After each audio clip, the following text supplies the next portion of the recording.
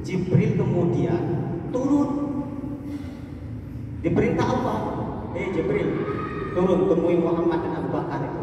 Kenapa Abu Bakar sampai seperti itu? Lalu Jibril turun menemui mereka berdua dan bertanya kepada Rasulullah Shallallahu Alaihi Wasallam, Nabi Muhammad, kenapa Abu Bakar itu bisa seperti itu? Katanya malaikat Jibril. Malaikat Jibril tidak langsung kepada Abu Bakar, karena memang perintah Allah itu kepada malaikat Jibril, tanyakan kepada Nabi Muhammad. Karena malaikat itu tidak pernah melanggar aturan dan perintah Allah. Enggak pernah. Mereka melakukan apa yang menjadi perintah Allah. Disuruh nanya kepada Nabi Muhammad, toh walaupun malaikat Jibril itu melihat kepada Abu Bakar, tapi tetap melalui cara kepada Nabi Muhammad. Muhammad, coba tanyakan kenapa Abu Bakar itu sampai seperti itu. Lalu Nabi Muhammad bertanya, Abu Bakar, mengapa pakaianmu seperti itu? Nabi bertanya kepada Abu Bakar. Kemudian Nabi memberitahukan kepada Jibril, Jibril, Abu Bakar itu seperti itu bukan karena orang yang kehilangan akal kesadaran ini,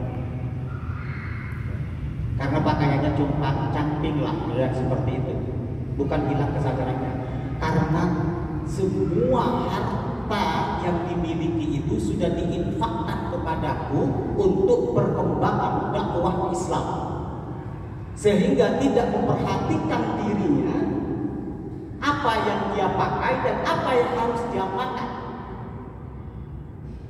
Oh, kalau begitu, kata Allah langsung melalui malaikat Jibril, tanyakan kepada Abu Bakar, apakah Abu Bakar berbuat seperti itu rela dengan kemiskinan yang seperti itu?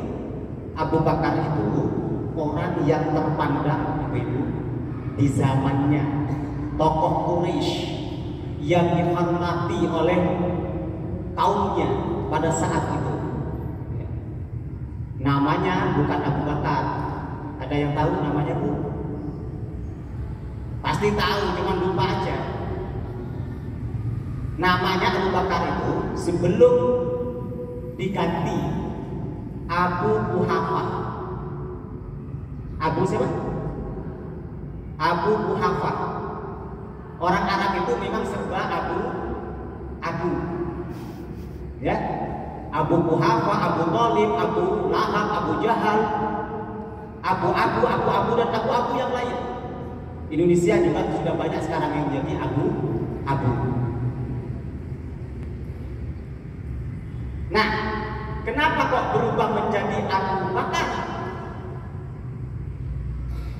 Karena Abu Bakar itu punya anak gadis terakhir.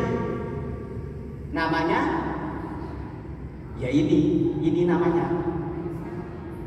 Siapa namanya? Anak terakhir, anak gadis yang bukan Aisyah. Jadilah Aisyah.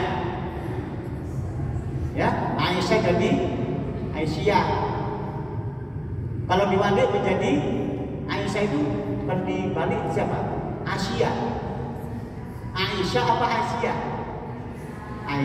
Aisyah itu siapa? Lo kok tahu? Oh gitu, perkenalan gitu ya. Ibu angkatnya Nabi Musa. Gak usah khawatir dengan itu ya. Ada yang memang apa ya, nabinya beriman tapi suaminya zalim ya. Ada yang suaminya beriman, ada istrinya zalim. Tahu kebalikannya Fir'aun itu siapa? Nabi Nuh. Istrinya itu adalah non muslim ya. Artinya tidak mau beriman kepada Allah ya. Sedangkan Asia Itu adalah suaminya yang non muslim. Itu gambaran Bapak Ibu, gambarannya untuk kita bahwa nikah beda agama itu tidak boleh, karena akan berpengaruh terhadap anak keturunannya. Siapa yang durhaka? Kan'an. Ya, Kan'an itu gak manut belas.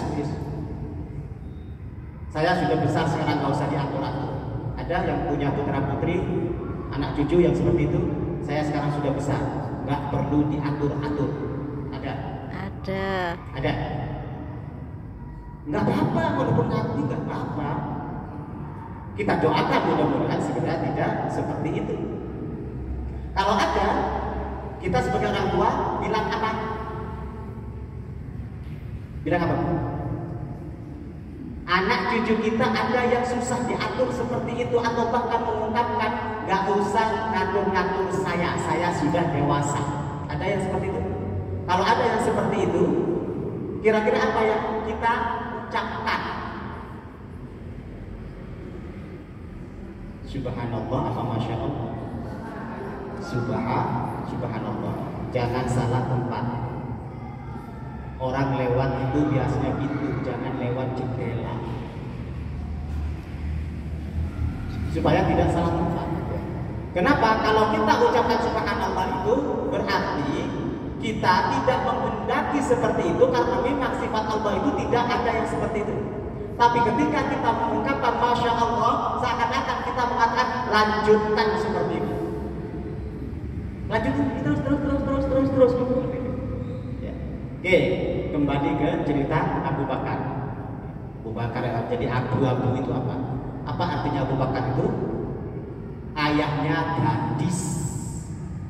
Abu Bakar itu bukan ayahnya waktu pagi, waktu duha, bukan ya. Tapi ayahnya gadis. Abu Bakar itu siapa gadisnya? Aisyah tadi, ya. Oke. Dan ini kemudian disampaikan kepada Nabi Muhammad oleh Jibril, ada titipan salam dari Allah untuk Abu Bakar, karena sudah rela Abu Bakar itu menginfakkan hartanya untuk kepentingan dakwah Islam, maka dapat titipan salam dari Allah. Dengan sudah dapat titipan salam,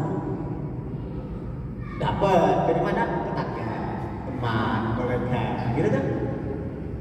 Abu Bakar nggak tanggung-tanggung, ya, dapat titipan salam dari Allah Subhanahu Wa Taala. Karena apa? Bisa ditangkap tadi? Karena apa?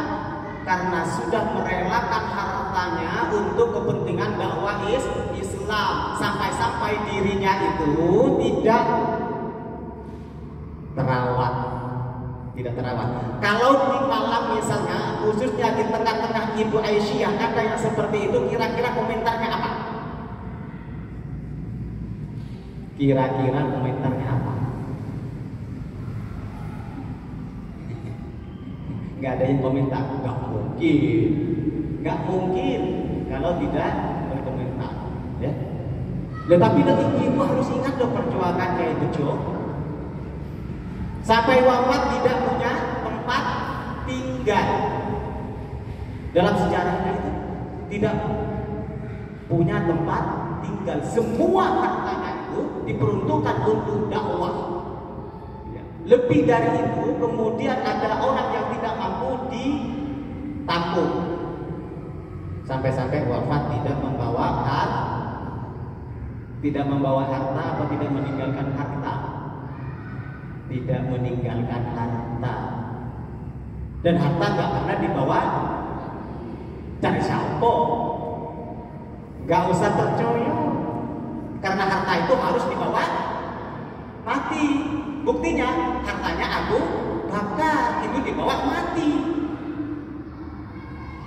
Kemana hartanya? Diinfakkan. Berarti nilai infaknya itu dibawa sampai akhirat nanti. Gak usah percaya dengan berbahasa seperti itu. Misalnya jangan mati-matian mencari harta gak dibawa mati. Itu kan pikiran orang yang gak suka menginfakkan hartanya. Ya, harta itu ya dihormati, gitu ya. Oke, karena itulah maka jawaban Abu Bakar setelah dikonfirmasi oleh Nabi Muhammad, jawabannya aku rela dengan ketentuan